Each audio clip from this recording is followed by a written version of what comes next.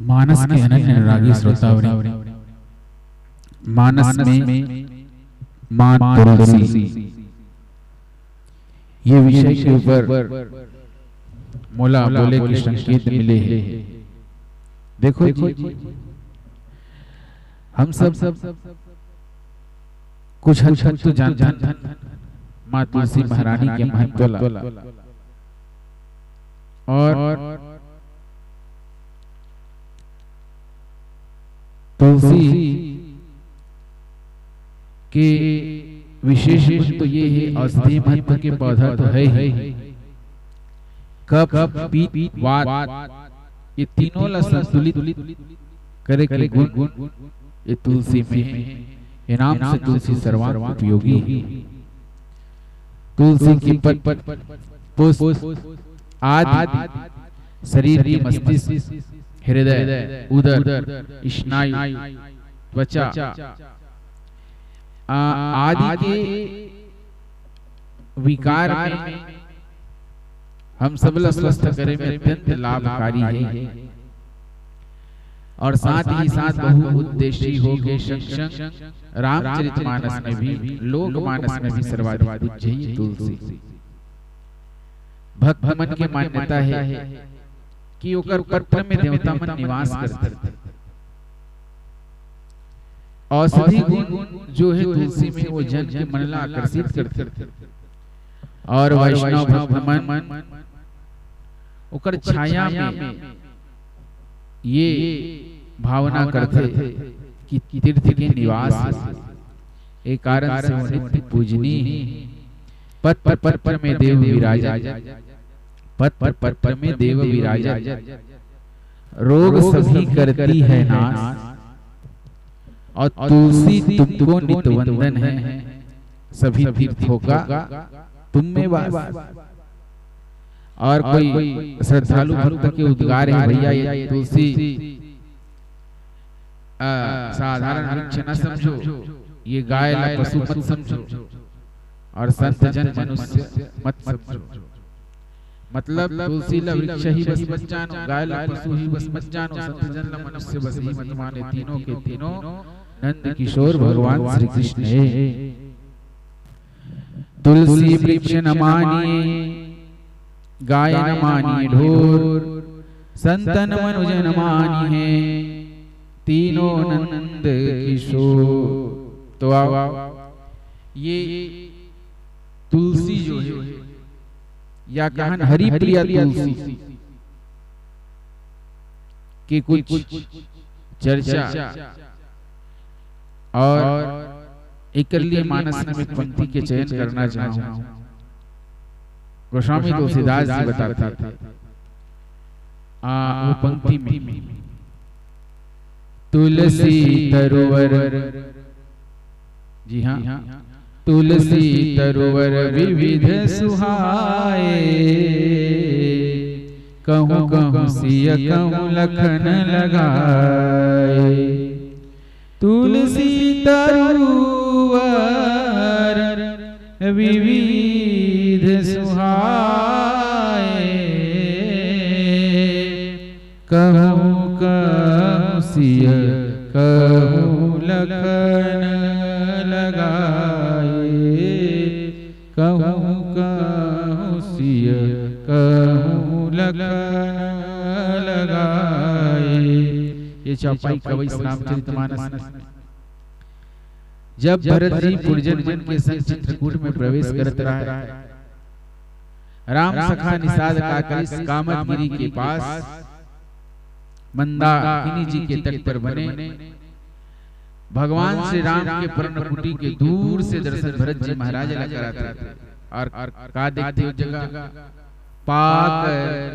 पाकर कर जामुन के, आम के और तमाल के बड़े बड़े वृक्ष के बीच बरगद के विशाल घनी छाया वाला वृक्ष सुशोभित रहा है। और ये सब वृक्ष के बीच में भगवान के पर्णकुटी बने रहा है। कुटी के आसपास तुलसी के बहुत से सुंदर वृक्ष सुशोभित रहा है। और कहूँ कहूँ सिय कहूँ लखन लगाए, तुलसी तरुवर विविध सुहाए। जेमे से कहीं कहीं श्री सीता जी और कहीं कहीं लक्ष्मण जी ये तुलसी की तरवल्ला लगाए रहे। उपयुक्त प्रसंग के ही संदर्भ है। तो आज के जैसे पूर्व में भी आदेशित करे जा चुके हैं कि मानस में हरिप्रिया तुलसी या तुलसी के कुछ चर्चा हो, तो आओ यही केंद्र बिंदु रख के कुछ बात करने के प्रयास करें। तुलसी तरवर विविध सुहाए, कहूं कहूं सिय कहूं लखन लगाए के भाव के साथ। पहला शब्द आता तुलसी तरवर। देखो हम सब तुलसी का पौधा ही जाना, कई जगह है पौधा है, लेकिन यहाँ पास तरवर की और अक्सर बड़ा वृक्ष के लिए तरवर शब्द के उपयोग होते, लेकिन यहाँ तुलसी के साथ तरवर शब्द के उपयोग ओकर महानता के लिए करे गए मोल असीम महिमा के लिए और ओकर सेवा भावना के लिए और संतत्व के कारण है। तरवर से संबंधित बात है, हम लोग सुनता आते। कभी रहीम अपन एक दोहा में तरवर शब्द के उपयोग वृक्ष के उपकारी भावना के लिए करते का। तरवर फल नहीं खात है, सरवर प्रिय ही न पान। तरवर फल नहीं खात है, सरवर प्रिय ही न पान। कह रहीम पर काज हित, संपत्ति संचयी सुजान रहीम। संपत्ति संचयी सुजान। तरवर फल नहीं खाता है, सरवर प्रिय ही न पान। कह रहीम पर काज हित, संपत्ति संचयी सुजान। और तुलसी तरवर के बाद कुल मिला के कह दे तो तुलसी महान है। मैं तो कहूं वृक्ष से भी महान है तुलसी। विविध का अर्थ है अनेक प्रकार, किश या प्रजाति, वैरायटी का सकते। तो ठीक वैसे ही तुलसी भी अनेक प्रकार के होते, जिनमें श्वेत और श्याम वर्ण तुलसी अत्यधिक लोक प्रसिद्ध है। विविध के अर्थ है छोटा, बड़ा, मंझला, ये प्रकार से भी कर सकते हैं। और ओकर बाद अगला शब्द लिखी सुहाए।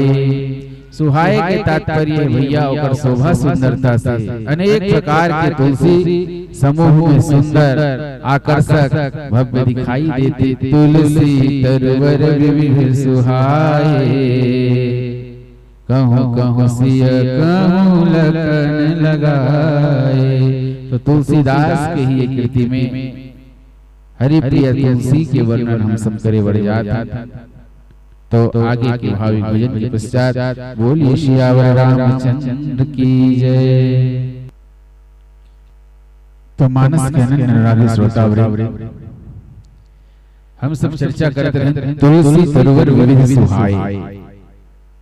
और अगला बात बाबा जी लिखी, तुलसी तरवर विविध सुहाए। कहूं कहूं सिय कहूं लखन लगाए। कहूं कहूं सिय कहूं लखन लगाए, एकर मतलब क्या है? देखो तुलसी के पादप प्राय माता मन लगा, ए नाम से सीता जी के नाम पहले, बाद में लक्ष्मण जी के लगाए के बाद कहे गए। घर में भी प्रायः तुलसी के रोपण में माता मन के संग बालक के सहयोग मिलते, वैसे ही लक्ष्मण जी की भूमिका सहयोगी के रूप में है। आध्यात्मिक अर्थ में देखे जाए तो सीता जी साक्षात भक्ति देवी और लक्ष्मण जी जीवन के आचार्य।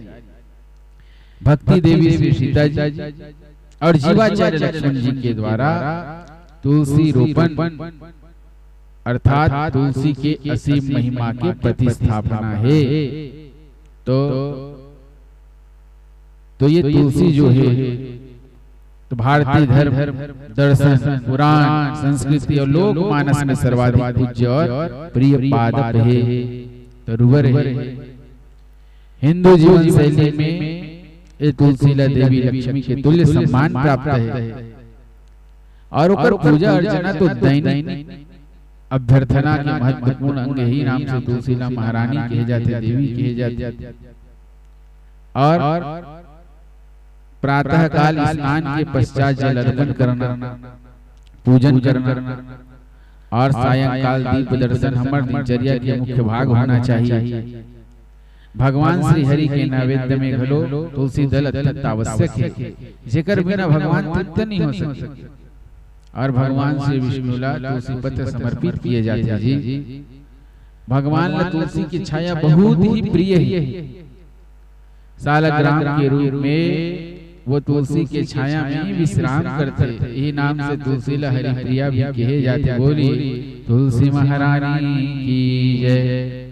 और तुलसी पतिव्रता स्त्री मन के लिए भी आदर्श है। बाबा जी ने किसका? सहज पावन नारी पति सेवत शुभगति लहै, जसु गावत श्रुति चार, अजब तुलसी का हरि प्रिय। दोहा क्रमांक 5 का अन्नकांड। सहज अपावनी नारी पति सेवत शुभ गति लहै, जसु गावत श्रुति चार, अजब तुलसी का हरि प्रिय। हमारे जो पूर्वज है एमन पर्यावरण के प्रति सजग रहे जी। पर्यावरण ला स्वच्छ पवित्र बनाए वाला वृक्ष मल्ला देवी देवता के भांति सम्मान दे, पूजा करे, देना भी चाहिए। आज पर्यावरण के कितना विकराल समस्या से हम सब जूझत। वृक्ष के सुरक्षा संवर्धन ला ध्यान में रखते हुए भी अनेक व्रत त्योहार और उत्सव मन के अनुष्ठान करे जाते, जेमे वट सावित्री व्रत है ना, वट सावित्री व्रत, आंवला नवमी पूजन, तुलसी विवाह, ये तरह तरह के अनुष्ठान प्रसिद्ध है।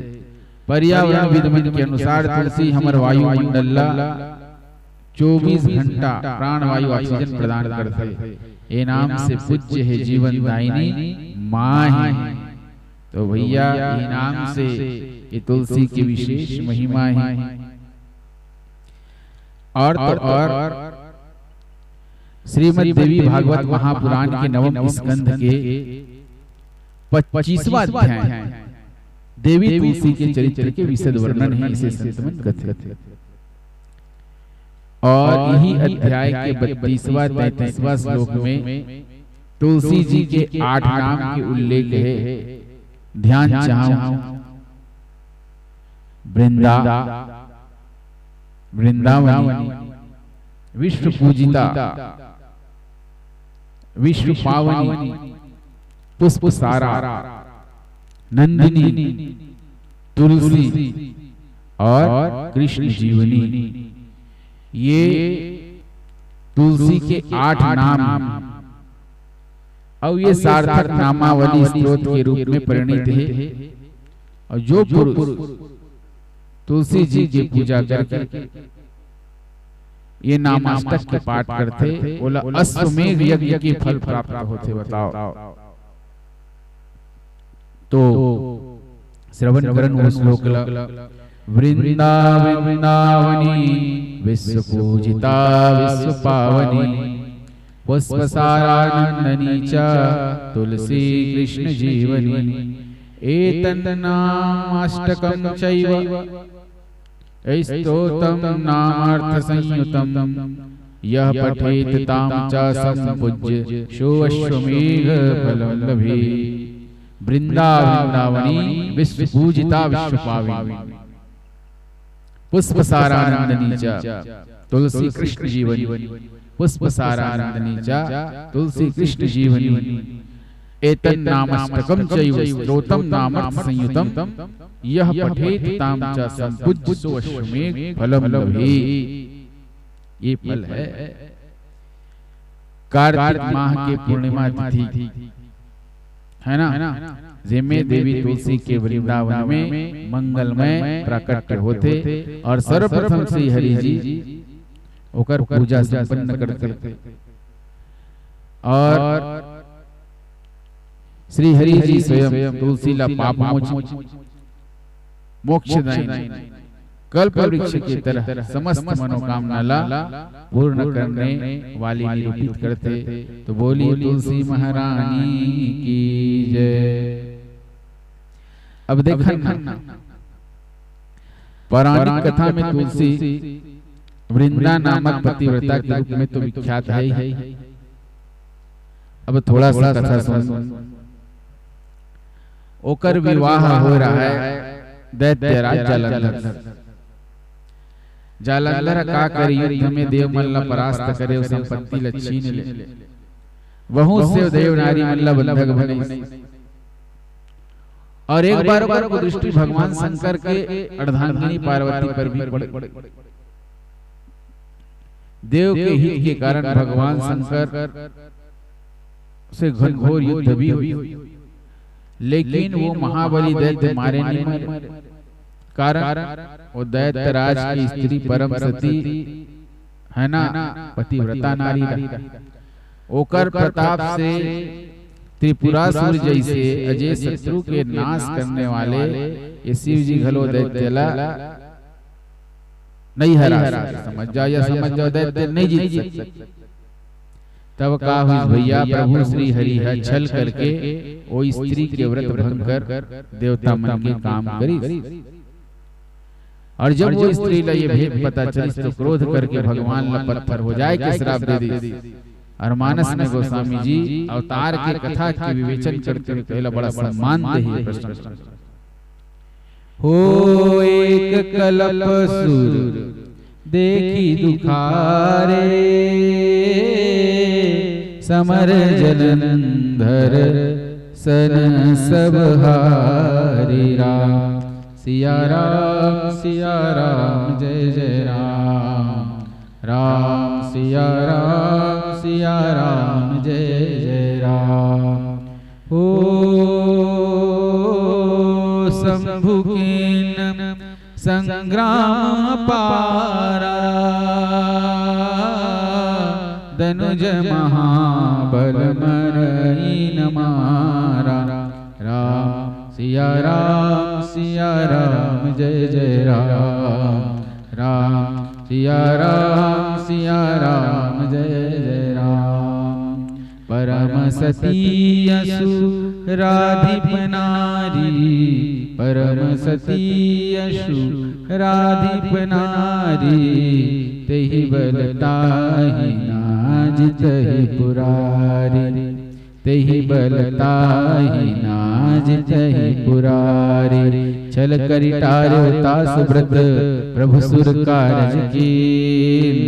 जब तेहि जान्यो मरम तब श्राप को कर दी। राम सिया राम जय जय राम।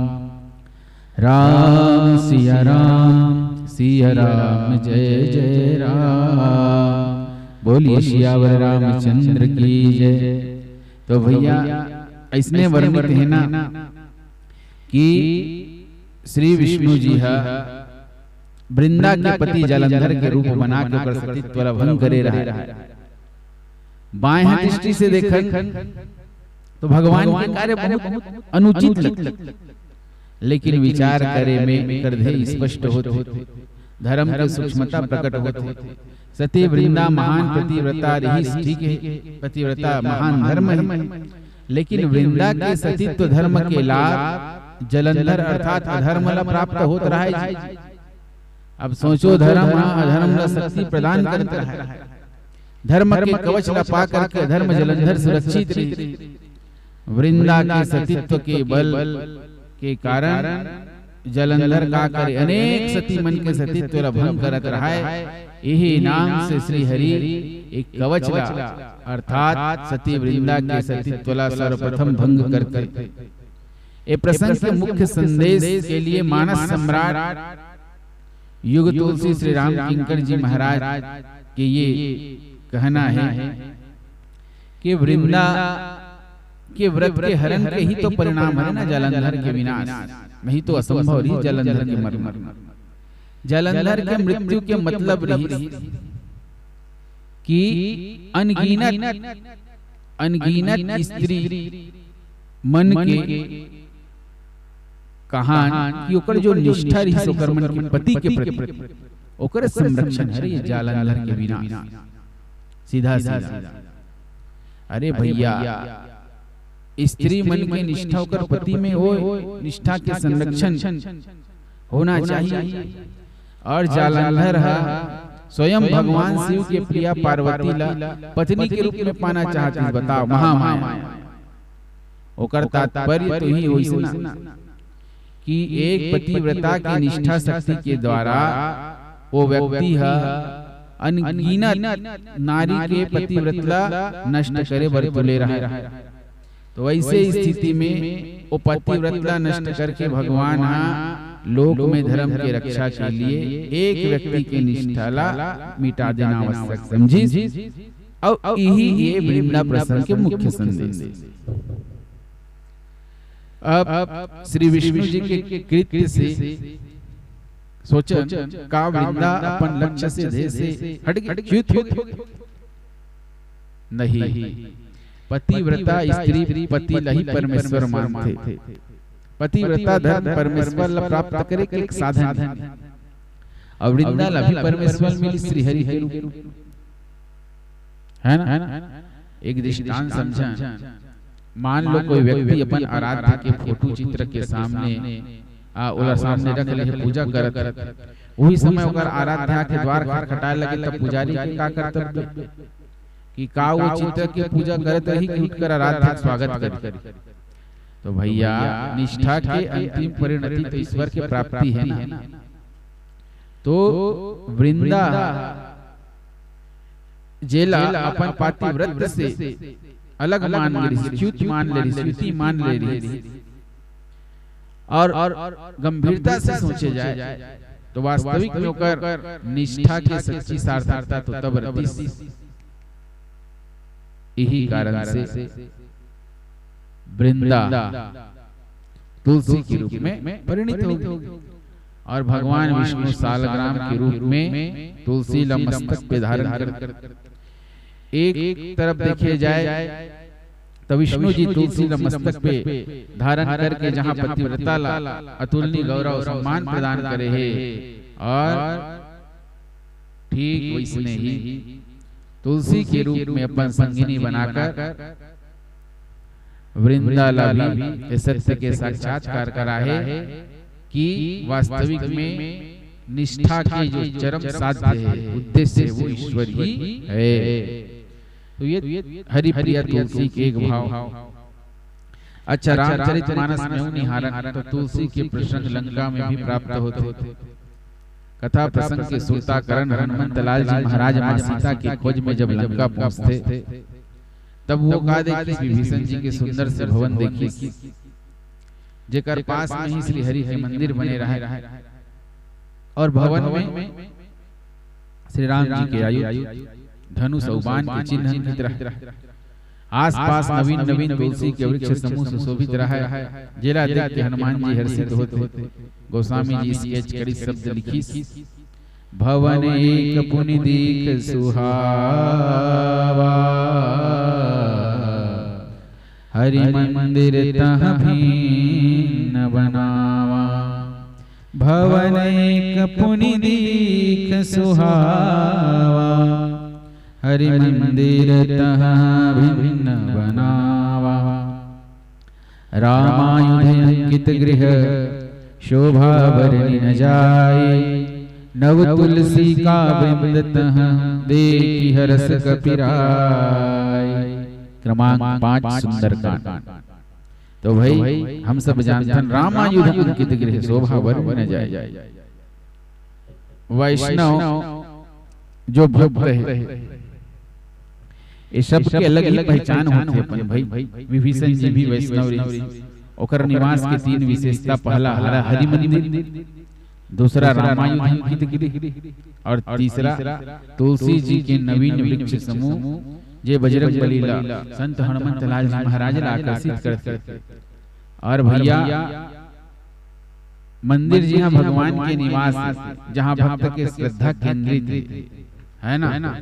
तो जहाँ भक्ति के धारा प्रवाहित होते हैं ना, जहाँ से भक्त प्रभु की कृपा और प्रेरणा प्राप्त होता। कई जन मन ये प्रश्न करते, ईश्वर के निवास तो सब जगह में, तो ही मन तो कथो प्रभु कण कण में है, तो मंदिर के का आवश्यकता है।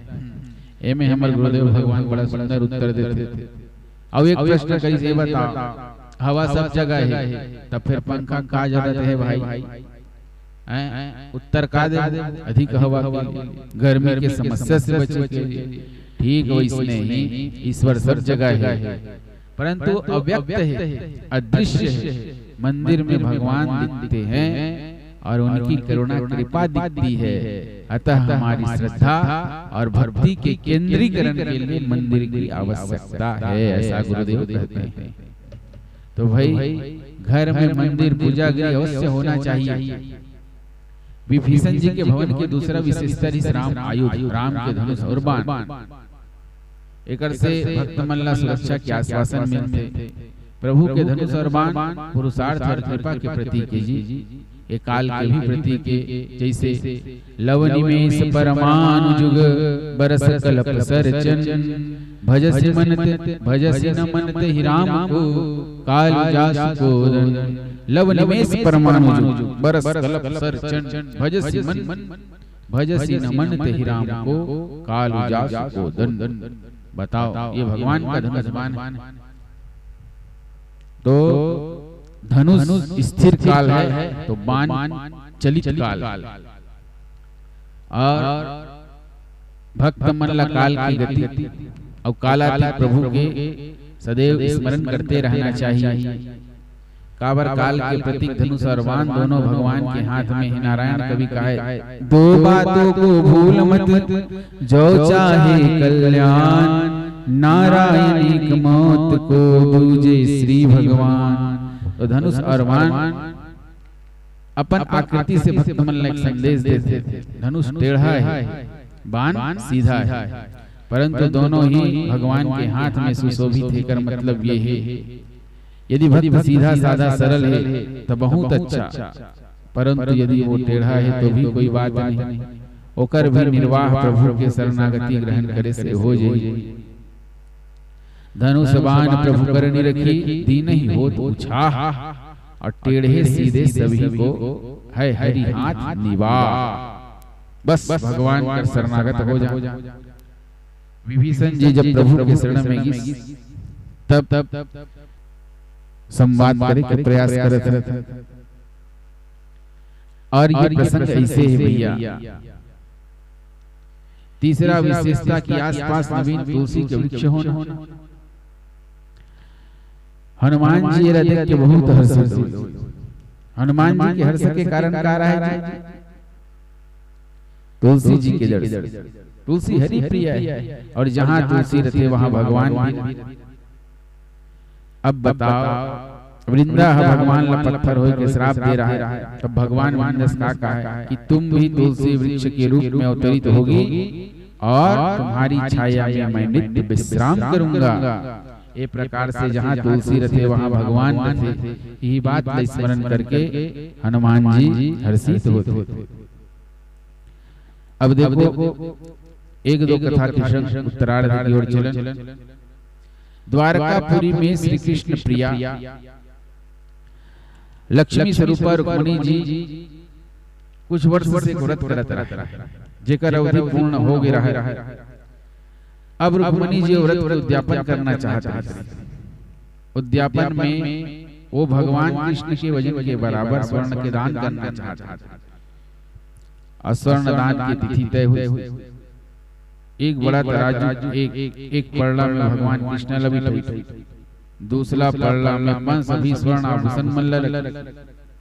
भगवान के तौल पूरा नहीं हुई तो भवन में जितना सोनारी सब ले इकट्ठा करी, पूरा आभूषण रख दी, फिर भी भगवान के तौल नहीं हुई। अब स्वर्ण इकट्ठा करत जब थक के भगवान के तौल नहीं, चिंतित दशा में सत्यभामा के पास जाते। सत्यभामा वाले एक बात बताई, पूरा बात बताई, समाधान निकाली कि हमारे प्रभु ला संसार के कोई वस्तु तोल नहीं सके, वो ओला तोलना है ना, ता एक काम किया जाए, तुलसी के पत्र ही के द्वारा ही तोले जा सकते। रुक्मणी सत्यभामा के बात मानते तराजू के दूसरा पलड़ा में तुलसी के पत्र रखी।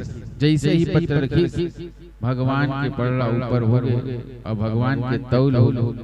ऐसने महिमा मई है तुलसी महारानी जो भगवान लगल तौल सके की क्षमता रखते। तो तुलसी साक्षात स्वर्णमयी है, रत्नमयी है। उनका एक नाम हेमरूपा भी है। यही कारण से भगवान श्री हरि ला तुलसी पत्र समर्पित करते हुए मंत्र पढ़े जाते।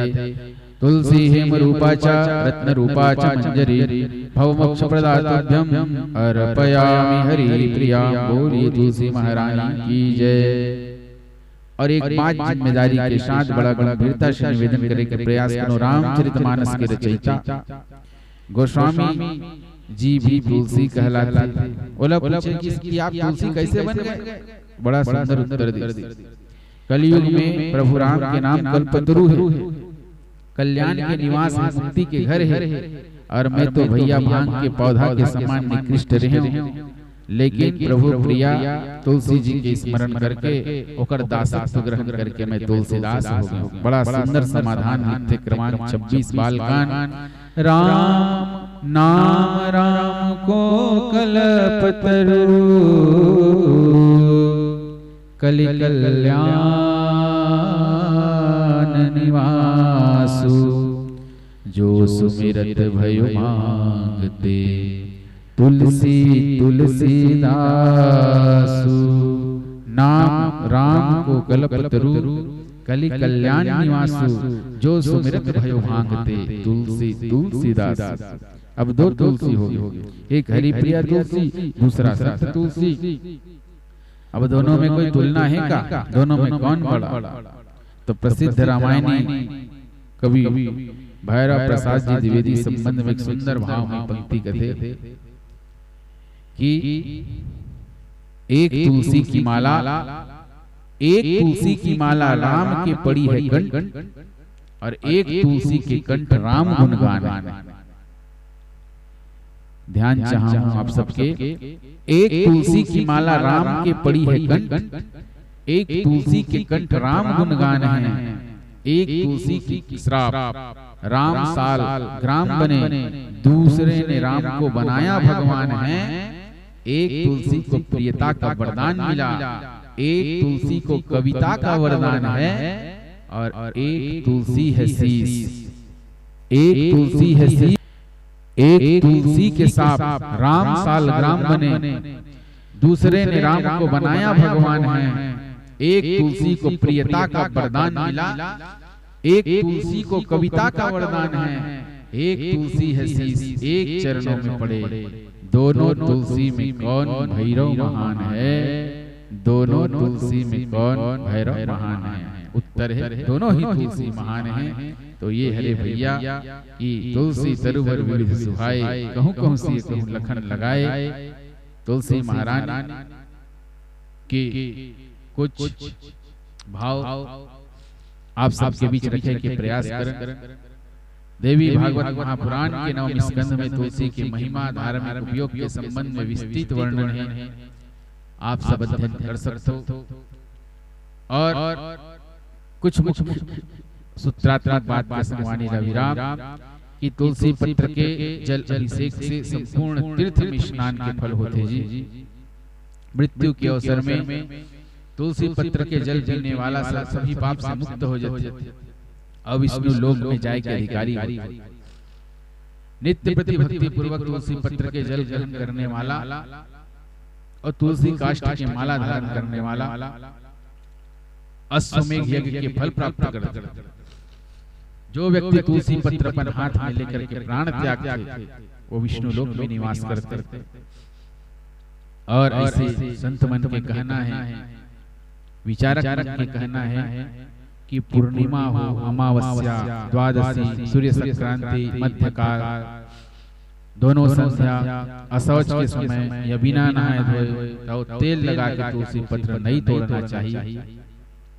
श्राद्ध हो गए, व्रत हो गए, दान प्रतिष्ठा देवार्चन आदि के लिए भी तुलसी पत्र बासी होने के बाद भी 3 रात तक पवित्र रहते थे। और सबसे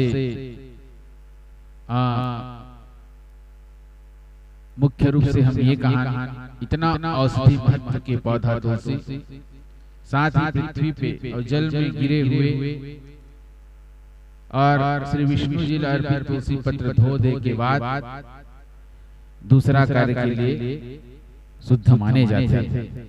तो बताओ इतना महानता, इतना विशेषता, इतना गुण ये तुलसी में है। निश्चित रूप से तुलसी के पौधा जितना औषधि है वैसे ही मुझे लगते कि ये तुलसी कृत रामचरितमानस भी एक औषधि है।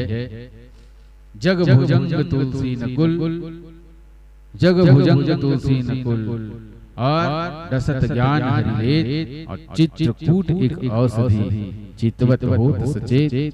ऐसे रामचरितमानस के रचयिता गोस्वामी श्रीमद गोस्वामी तुलसीदास जी प्रातः स्मरण कलि पावन अवतार भगवत विभूषण श्री राम प्रेमामृत चंचरी श्रीमद अनंत श्री गोस्वामी तुलसीदास जी को मानस जिज्ञासु का प्रणाम समर्पित हो।